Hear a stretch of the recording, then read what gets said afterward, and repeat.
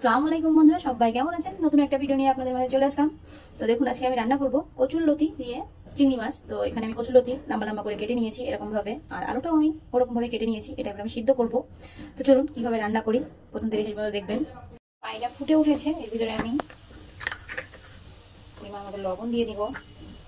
কেটে রাখা কচুরলতি আর আলুটা দিয়ে কিছুক্ষণ ঢেকে দেবো। এটা 5 মিনিট মতো সিদ্ধ করে নেবো আমি, যেন গলাটা না চুলকায় তার জন্য।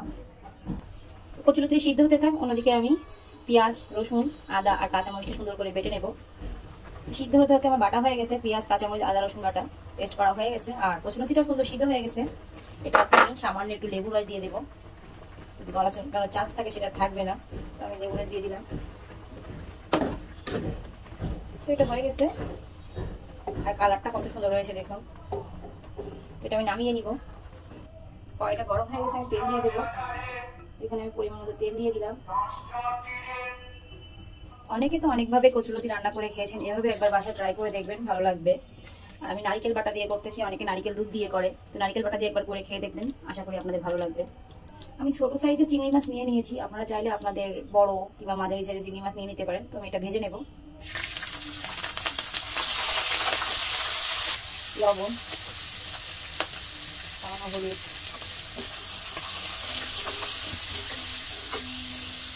চিংড়ি মাছ ভাজার গন্ধটা দারুণ আসতেছে। তো আমি চিংড়ি মাছ ভেজে ভেজে নিয়েছি, আমি একটা পাত্রে তুলে নেব। সবগুলো একটা প্লেটে তুলে নিচ্ছি।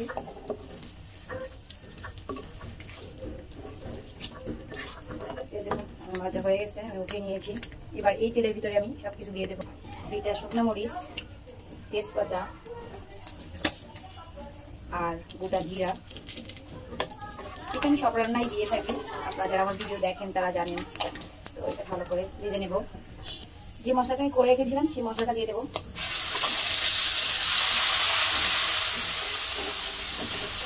ভালো করে কষিয়ে নেব।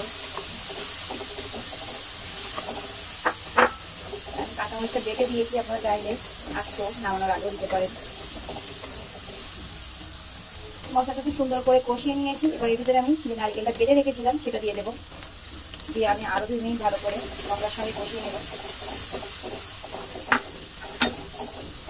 যতক্ষণ পর্যন্ত তেল না ছাড়বে ততক্ষণ কষাইতে হবে।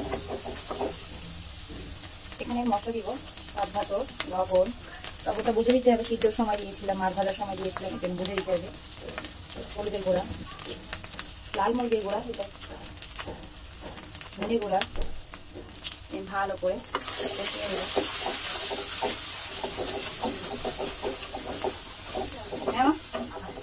দেখুন কত সুন্দর তেল ছেড়ে দিয়েছে। এবার আমি কচুরলতি দিয়ে দেবো।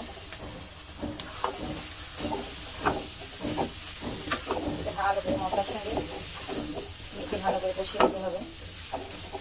দেখতে কত সুন্দর হয়েছে, কত সুন্দরভাবে কষিয়ে নিয়েছি। মশলা থেকে, সবজি থেকে তেল ছেড়ে দিয়েছে। এবার এখানে আমি পরিমাণ মতো পানি দিয়ে নেব। আমি আগেই বলেছি আমি নারকেল বাটা দিয়ে করতেছি, যারা নারকেল দুধ দিয়ে করতে চান এই পর্যায়ে এসে নারকেল দুধ দিতে হবে। আর এভাবে যারা খাননি একবার বাসায় ট্রাই করে খেয়ে দেখবেন। ছোটো চিংড়ি মাছ দিয়ে নারকেল বাটা দিয়ে কচুরলতি রান্না অসাধারণ লাগবে। রুটি, ভাত সব কিছু দিয়ে খেতে পারবেন। এখানে আমি পানি দিয়ে দেবো পরিমাণ মতো, আমি ঝোল দিয়ে দিয়েছি। এবার এটা আমি ঢেকে দেবো।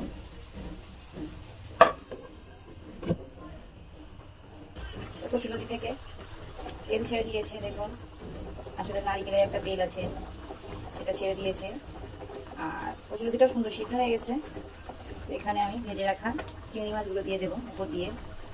এভাবে ছোটো চিংড়ি মাছ দিয়ে কচুরলতি রান্না করলে বেশি টেস্ট হয় আমার কাছে মনে হয়, জানি না আপনাদের কাছে কেমন মনে হয়। তো এটা হয়ে গেছে, আমি 5 মিনিট পরে নামিয়ে নিব কিছুটা ভাজা জিরার গুঁড়া দিয়ে। তো রেসিপিটা কেমন লেগেছে অবশ্যই আমাদেরকে কমেন্টের মাধ্যমে জানাবেন। আর নিত্য নতুন ভিডিও পেতে আমাদের চ্যানেল সাবস্ক্রাইব করে পাশে বেল বাটনটা ক্লিক করে আমাদের পাশে থাকবেন। আর কি বলবো, সবসময় আপনাদের সাথে থাকতে চাই, আপনারা বেশি বেশি সাপোর্ট করবেন। তো রেসিপিটা কেমন হয়েছে অবশ্যই কমেন্ট করে জানাবেন। তো বন্ধুরা, আমার কচুরলতি নারকেল বাটা দিয়ে রান্না রেডি। আমি নামানোর আগে ভাজা জিরার গুঁড়া দিয়ে নামিয়ে নেব। তো এটা আমার রান্না হয়ে গেছে, এটা আমি নামিয়ে পরিবেশন করে আপনাদেরকে দেখাচ্ছি রেসিপিটা কেমন হয়েছে। তো দেখুন কতটা তেল ছেড়ে দিয়েছে। কচুলতি থেকে। আর এটা কিন্তু পুরোটাই নারিকেলের তেল। আমি রান্নার সময় কতটুকু তেল দিয়েছি সেটা তো আপনারা দেখেছেন। তো এটা নারিকেলের তেল। তো আমি একটা পাত্রে এবার এটা নামিয়ে নিব। এটা দেখুন কত সুন্দর হয়েছে রেসিপিটা।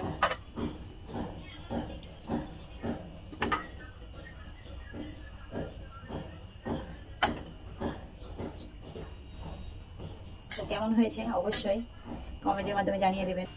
তো অবশ্যই কমেন্টের মাধ্যমে জানাবেন রান্নাটা কেমন হয়েছে। তো দেখুন একটু কাছ থেকেই দেখাই আপনাদের।